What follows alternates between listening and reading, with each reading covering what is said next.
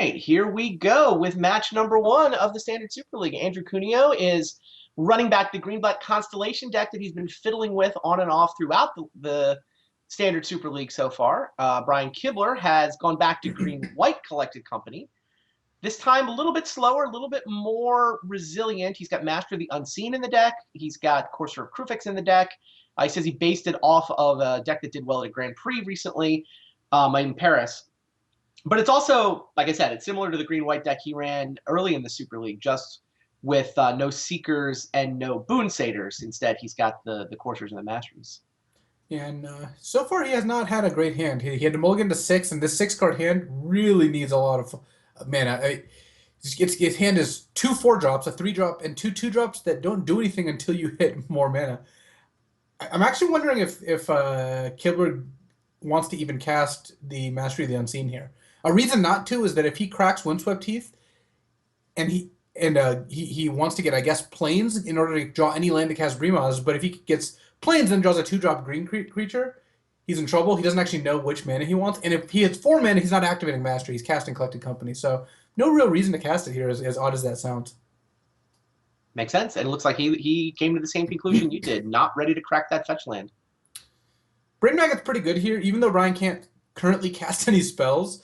Taking the Brimaz means that Brian's hand is stuck with 4-drops, so I think that is pretty good for Andrew here. Yeah, Andrew also gets information about exactly what Brian's up to. I mean, he saw green-white. I'm sure that wasn't a surprise when he saw Windswept Heath. But Master of the Unseen is definitely some real information that Andrew can use to kind of understand what kind of game he needs to play here. And Andrew has a lot of time. Even if Brian draws a land here, he can't cast anything relevant. And you do a 3-drop, which isn't the worst in the world because now he can get his forest because he knows he's going to want forest to cast the Courser. Now if he draws a land, he does have something to play. Brian was basically 2 turns away from casting something relevant no matter what, and he drew half the equation he needs, which is a card that costs 3 or less mana. Wow, Eidolon of Blossoms off the top for Andrew Cuneo. That's a pretty good draw. Yeah, especially since Brian's no way close to contesting it. Right.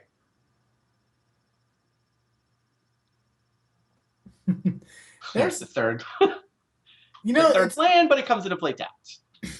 It's probably better than a random draw, like you would choose to have Temple there, but it's definitely not as good as an untapped land to play Courser. Brian's so far behind that he needs to rattle off all good draws for the rest of the game, basically.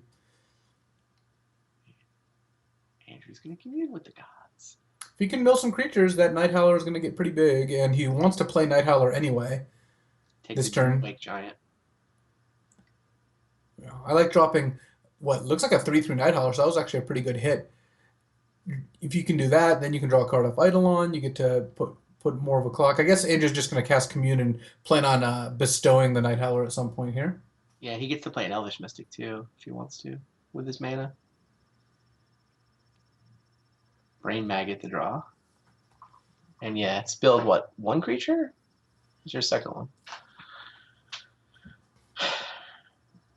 So Brian needs to hit a land. I mean, playing a 3-drop here is okay, but playing a Collected Company is one of the ways that Brian could potentially win this game, just because it can actually get him ahead on board. It can get multiple creatures out. Right now, playing 1 spell a turn when Cuneo's playing multiple spells that are better a turn is going to be pretty tough. And Dromoka's Command on the top of Brian's library. And get that window moved over. Perfect.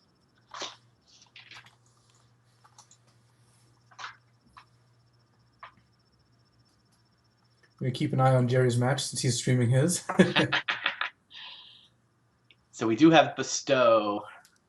Night Howler onto Eidolon.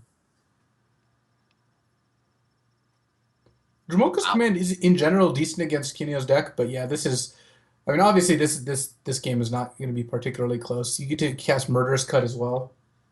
He drew Whip of Erebos off the Eidolon of Blossoms trigger. Everything coming up, Cuneo. Murderous Cut is a card I like in this deck. I would like to see more Murderous Cuts, potentially. It seems like one of the reasons to play a deck with a bunch of Satyr Wayfinders and Communes is because you get the Swords to Plowshares in your deck, 1-mana removal spell. So I've always kind of surprised that Cuneo did not, max out on, or not max out, but at least have more. Like, he's played 2 this week. He played 1 in a previous version. I would like to see 3 or 4, I think, but maybe he just decided he didn't want that many removal spells in general. All right. Yeah, with the Murderous Cut and the attack, Brian's done. On to sideboarding, Andrew Cuneo wins a game. Now, does the sideboarding change this much? What do you see here? Cuneo's deck definitely gets better. Just having Hornet Nest is a card that's guaranteed to be good against Kibler, and so he had a teamer deck once for Approach Tour that couldn't beat a Hornet Nest, like literally couldn't beat a Hornet Nest. So and then you also get cards like Self-Inflicted Wound and Ultimate Price, which are generally decent, even though they're not like insane. What does he want to take out though? And I mean, Brain Maggot's not great. It stops Collected Company, but if you're behind on board, it doesn't do all that much. Also, not clear to me how good Doomlake Giant is. The fact that it's a 4/6 might make it good enough, but it's not going to kill very many creatures right away. Den Protector is probably pretty good, but I don't know, if your spells aren't going to the graveyard, you might not need a million of them. And then Strength of the Fallen, if you're not racing, you don't really need that card. Got it. Can we look at Brian's sideboard?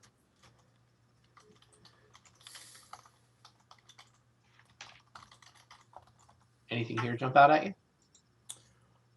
Not a whole lot, honestly. Like, Dramoka's command is fine because it can 2-for-1, but if they have, as we've discussed here before, because of the order, if you try to fight and make them fight an enchantment creature and make them sacrifice an enchantment, they can just sacrifice the creature you're about to fight. So I think that it's just fine. It's not insane. It can be a 2-for-1, but it's not always going to be a 2-for-1. Other than that, I mean, yeah, Kibler can slide in cards like Whispered Elemental and Elspeth, but they're not really going to go too deep. You can't out-control. Andrew, Reclamation Sage is good. That card is legitimately good. Fair enough. Andrew Cuneo up a match, trying to put his second match win on the board. We do have relegation set up for Standard Super League. Just like Vintage Super League, you do not want to finish last. You finish last, you don't get invited back for the next season of the league.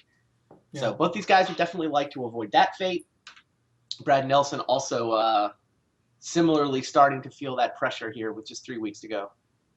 Yeah, and I think that the whole last place dynamic in both Vintage and Standard Super Leagues is nice because no matter what your record is, you're probably playing for something every single week. And it's always nice to see even that the matches near the bottom of the standing still are very, very relevant. You want to be able to play next league, and you want to be able to win. Wow, Kibler with another mulligan. Yeah, just the planes in his 7-card hand. Well, Cuneo's on 5, so he needs to go ahead and. No, I think there's a 6. Oh, 6. Okay, this 6 is a lot better. It's a 2-lander with a Wayfinder instead of a 1-lander with a Wayfinder. Definitely better. Oh, you probably keep 1-land Wayfinder on the draw, right? I would imagine on 5 cards. On 6 cards, that's less clear to me, but on 5, certainly this hand would have been good. But on 6, this hand is quite good, especially since Kibler doesn't have a 2-drop. He gets to play land go, and then play a turn 3 Raptor, maybe a turn 4 Course or something along those lines. Well, there's a Brain Maggot, right? Oh, just 2 green mana, though. Yeah, no black mana, so here's the Wayfinder on Andrew's second turn. Kind of needs a land. Should find one. Yep. It's a forest, though. Sure, he would have taken a swamp had he got one. Cuneo with his intentionally mismatched lands, by the way. I know he does. I know he does this on purpose.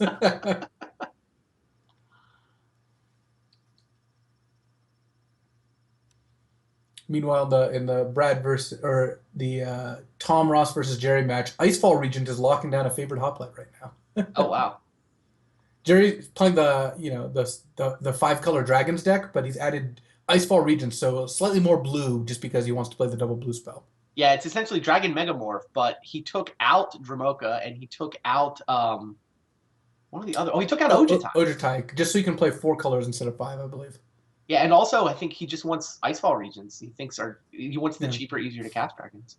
Basically, if you turn your white mana symbols into more blue mana symbols, I assume the mana somewhat works out. Yeah, it's almost just Sultai. Like the only red mana in the entire list is on Atarka, so it's very close to a 3-color build. So Kibler's got, I think, one of the first interesting decisions he's had, because last game he basically didn't have any relevant ones. It's, do you want to play Collected Company or you want to cast a 3-drop? I assume Collected Company is just better in this deck. You get to attack with the Raptor this turn and then follow it up with a Collected Company, but perhaps he disagrees.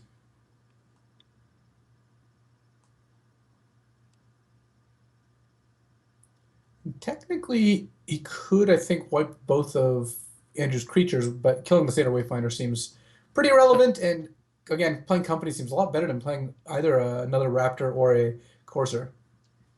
It also sets up a turn 5 of command plus 3 drop. Interesting. Looks like Kibler's Oh, wow. on the Raptor plan. So Cuneo, Urborg on the top of this library. Into play with the Courser. that is nice. That solves his mana problems, and I assume he's just going to play the Eidolon here. See, now, if Kibler goes fight one of your enchantment creatures, make you sack an enchantment, you just choose that one. So Yeah. Dromoka's command's still good, definitely still good, but not, straight up Plague Wind here.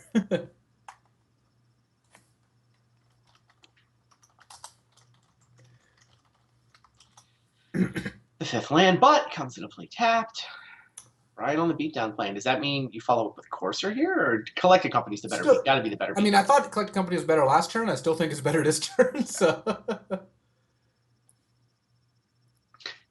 funny, he can even set it up with the Temple.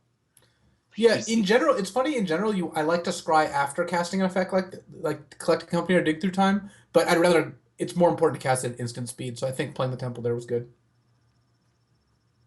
Now, Andrew, if he wants to play the Temple via Courser, he does not get to play Doomwake Giant.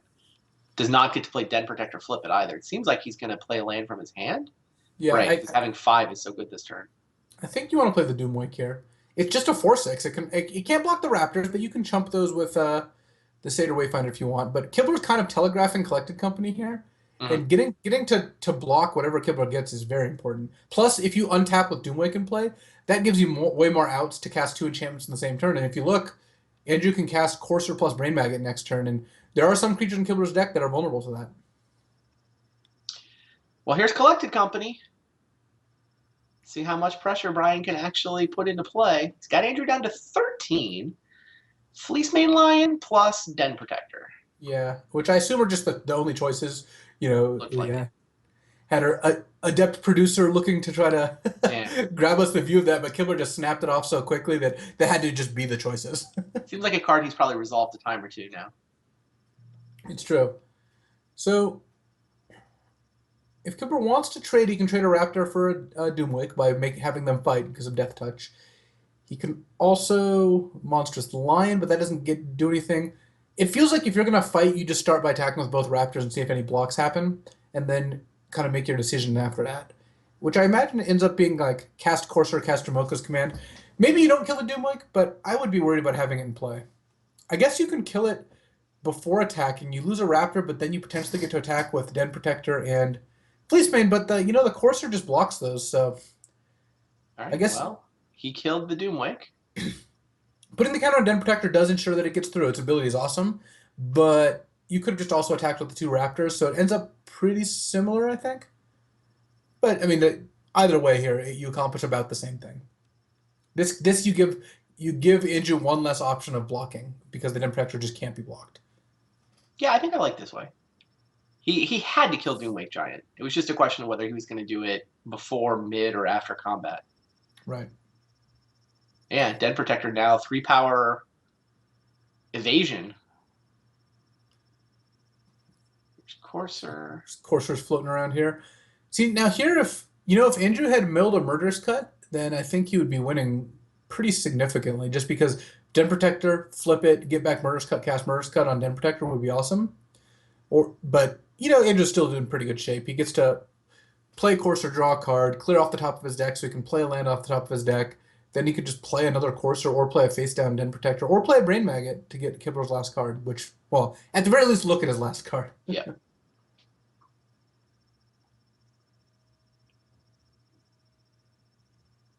Yeah, if Kibler had any kind of morph creature in his hand, it'd be pretty important for Andrew to grab it there. Doesn't want that Raptor coming back if he can help it. Definitely. And he knows Kibler's top card, so he can stop the Death Mist from coming back for at least 2 turns by doing that. Right. Now Brian has to decide whether to Monstrous the Fleecemane or play the second Courser. I like Monstrousing the Fleecemane here. It lets you attack past Courser. I mean, you do have to pressure Andrew. He's drawing multiple cards a turn and gaining multiple life a turn. So the only upside for Andrew is that Brain Maggot actually doesn't do anything. So it's got nothing hiding under it. So it can chump the Lion here. Yeah, Brian has to be the beatdown. I mean, if this game, the longer this game goes, the more it's going to favor the guy with Eidolon and Blossoms in play. And just a deck built around, all that entails. So yeah, like the Eidolon not only gives it an actual advantage, but also implies a ton of other advantages. So Yeah, I mean, I can imagine Brian winning a long game with Master of the Unseen, but that's just not the game they're playing here. yeah, and it's possible that Brian also sided out some number of masteries just because you're not winning the long game against Eidolon Doomwake Giant deck very easily. So why try to like fight that fight? A fine point. All right, Lion did get chump blocked. Andrew now down to 6, and Brian doesn't need to monstrous the Fleece Mane. He's decided he's going for the second Courser, padding his own life total. Given that the Fleece got chumped, and given that you aren't really worried about removal, because yes, you can make Fleece Mane invulnerable to removal, but Cuneo's just going to cast it on one of your Den Protector or a Courser or whatever instead, so you don't really need to worry about that too much. Ooh, Strength of the Fallen. What does that do here? Doesn't quite do anything yet? Not this instant, but it does mean that if one of those Den Protectors sits in play, then Andrew could win in like something like 2 to 3 hits, depending on how many creatures he ends up with in his graveyard here. Wow. So, all right. How does Andrew play this turn, Luis? A few options. I like drawing as many cards off of Eidolon as you can. It's kind of annoying that because even though Andrew has Den Protectors, he's got nothing to bring back. All his cards are kind of slow. He really wants to, again, find a removal spell or two. Plus, if he just keeps cycling Brain Maggots and whatnot, he can just keep chumping and drawing cards and still getting life off coursers and kind of pulling ahead here. Right. So, I mean, he can basically play the Brain Maggot and the Strength from the Fallen this turn. He can play Brain Maggot and he can play Strength, yes. He could also play a Skryland, but Night Howler seems decent. It's at least big enough to start blocking, like, for example, the Den Protector. And there's like a mana short here of casting an enchantment into a Night Howler. Yep. Also, there might be a land under the Night Howler. That doesn't change much. It's just he's got lands in his hand or... Yeah. Gaining 3 a turn it negates the Den Protector's attack. It's true. Yeah, the third Courser is doing some work. And Kibler's going to be able to get back his Raptor plus his Collected Company or Jamoka's Command next turn. So Andrew has gone for face down Den Protector plus Elvish Mystic. So he's going to have more mana next turn, and he's going to have the ability to flip a Den Protector. And he's got like 3 creatures in his graveyard, maybe 4 creatures in his graveyard. So Strength of the Fallen is kind of getting up there. 6. He has 6 creatures. Just every card's a creature apparently. So yes, Andrew really wants to get that Den Protector in place so he can start clocking Kibler. Because I think one of Andrew's best ways to win this game is just to delay and start even chumping with coursers. But if you're hitting for 8 to 14 a turn with Den Protector, I guess 9 to 15. Like, between Night Howler and Strength from the Fallen, can't he trigger Strength twice next turn? He can actually go Strength of the Fallen, right? Brain Maggot, Night Howler, all 3. So he can actually just win next turn, it looks like. Right, that's 3. That's Night Howler on top of a Den Protector and also 3 Strength triggers. Isn't that like 24 unblockable? That's what it looks like. And that's kind of insane. Kibler can this turn go face down Den Protector, unmorph it, Jamoka's Command. Okay. So I think that Kibler might just kill a morph immediately before it gets to flip. Because Kibler's aware of the Strength of the Fallen. He should know that this is coming, and the Night Howler, clearly. So, a little update on Jerry versus Tom. Tom is grinding through a lot of Jerry's cards in game 1 here with Monastery Mentor and a straight blue-eyed Heroic deck. Yeah, well, he's banned Heroic, I believe. So far, he's only played blue and white cards. Let's take a look at the deck lists here. I thought the list was banned.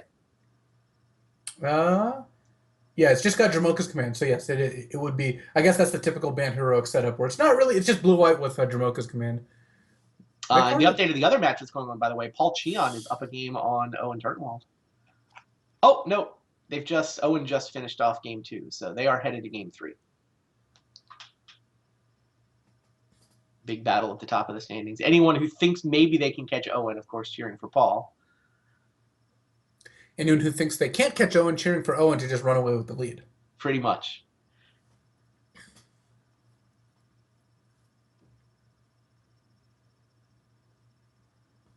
So Kibler trying to figure out how he gets out of this. The problem is if Kibler even knows, predicts the Den Protector kind of alpha strike next turn, and he wants to Dromoka's commanded, yeah, he gets back Death Mist for after he gets to kill the Morph. Kibler still isn't killing Andrew very soon, and Andrew can still just grind through with all these enchantments. And Andrew has a second Den Protector in his hand. Not that Brian knows that, but we kind of know. He can kind of kill him in one Den Protector hit. He can even get more creatures into his graveyard by blocking here.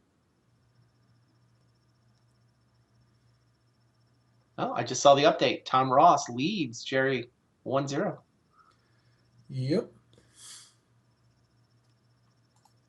All right.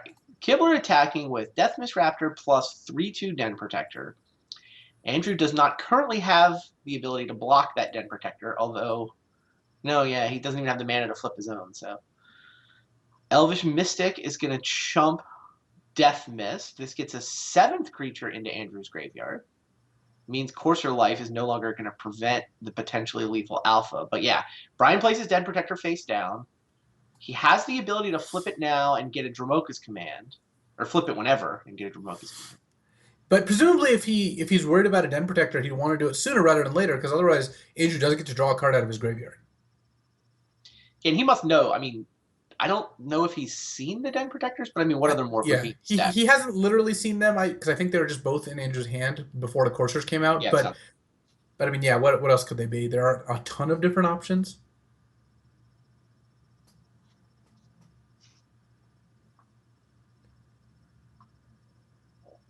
So your play here is flip, grab Dromoka's command, and then do what precisely with the Dromoka's command? Fight the Morph with any one of your creatures besides your Morph, and then probably put a +1/+1 counter on your other Den Protector. You just want to make the Den Protectors bigger. I think that's what ends up being best. You're still not in great shape this game, but I don't know what else you really want to do. Yeah, makes sense to me. Yeah, I think Brian sees all of the potential strength from the Fallen Night Howler shenanigans. He's kind of trying to work through that. Is not super familiar territory from a combat math point of view. Yeah, and here it goes. Yeah, this Den Protector not only gets back the Dromoka's command, but also returns the previous Death Mist.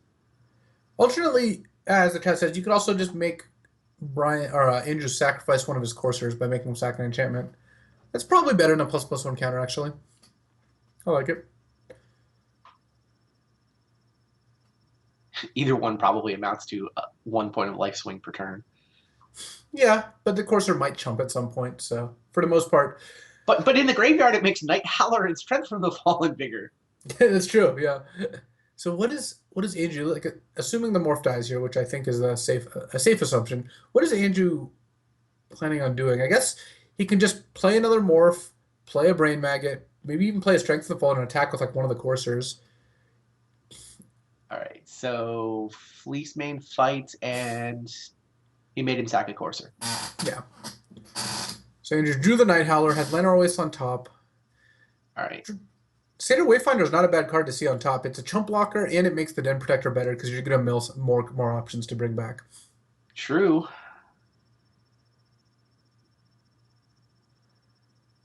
Which enchantment? The Night Howler? Looks like we're starting with Night Howler. You would start with Strength if you were planning on attacking this turn, but it's very possible that Andrew's just not interested in doing that. No, it seems like he needs to build up for one Den Protector hit. Like, he's not going to get through with a giant Strength from the Fallen fueled Ground Dork. So yeah, Night Howler.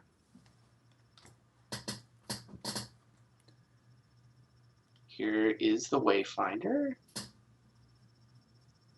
Gets a Forest, spells Whip, Doomwake. Whip is nice. Whip, Night Howler, Strength of the Fallen means like one big hit, and Andrew could just have completely stabilized. Though it's not even clear that he's going to get a chance to stabilize because he might just go from winning the game in one turn from Den Protector. Yeah, he's basically threatening the same thing he was threatening before. He can flip Den Protector, he can Strength and play another enchantment. I mean, he can no longer bestow Night Howler on top of Den Protector, but so maybe now it's a 2-turn clock? Although, I mean, being able to get something back with Den Protector is still probably a one-turn clock, right?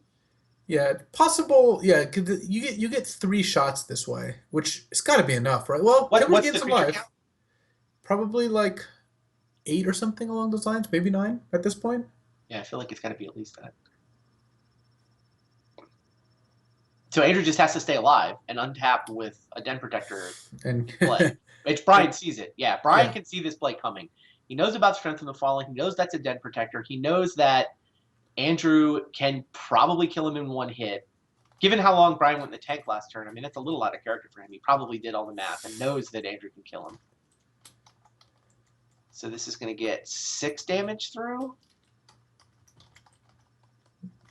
and Yeah, you basically Andrew don't want to just, block with Den Protector, but other than that, you're fine. And this actually makes the damage increase because now you get your Strength of the Fallen is going to be like 12 or something.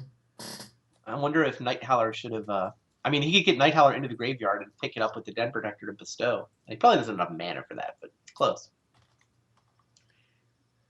Oh, I guess he needs that to block the Den Protector?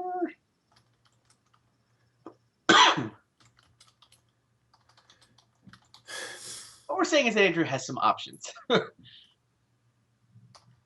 Next turn has potential fireworks for sure.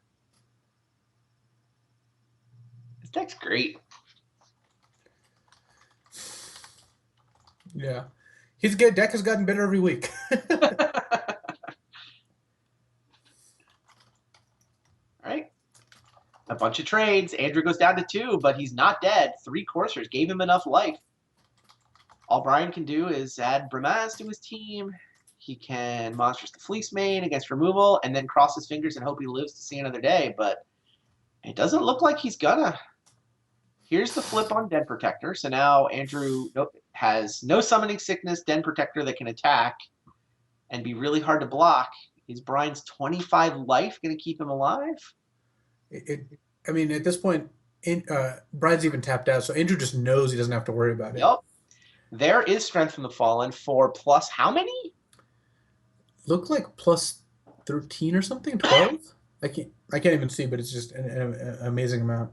Yeah, can we get Josh to zoom in on the... Yeah, it's 13 is the creature count. Good lord. All right. I guess take 30. Brain magnet. 27 power Den Protector. Now here comes another... Now it's up to 40? Is that how big it is? You might as well run up the score, right? Oh, yeah. 39-38 Den Protector coming over to kill Brian Kibler in one hit. That was awesome. Sorry, Brian, that was just too cool. Gotta yeah, that was awesome. Tip the cap to Andrew Cuneo. Well, maybe keeping Strength of the Fallen in the deck is a great idea. Apparently it works. Yeah, setting up that one big kill with Den Protector, that synergy is just really good, especially against Brian's deck, where it's going to be hard for him to attack through the sort of Death Mist Raptor army that Brian's capable of putting up. It's kind of like a Whip of Erebos, where they both let you set up these big attacks, but you might as well just kill them instead. Yeah, that wasn't a small amount of damage. Yeah, I wouldn't mind getting Andrew in to talk to us a little bit while we set up the next match. If that next match is ready to go, though, I'm also happy to get straight down to... oh, that match is ready. Right. We can talk with Andrew later, see if he can win a semifinal for the first time. Now, Andrew's second trip to the semifinals. The previous trip was with this Green Black Constellation deck. But now, let's watch a second game. This is going to be Brad Nelson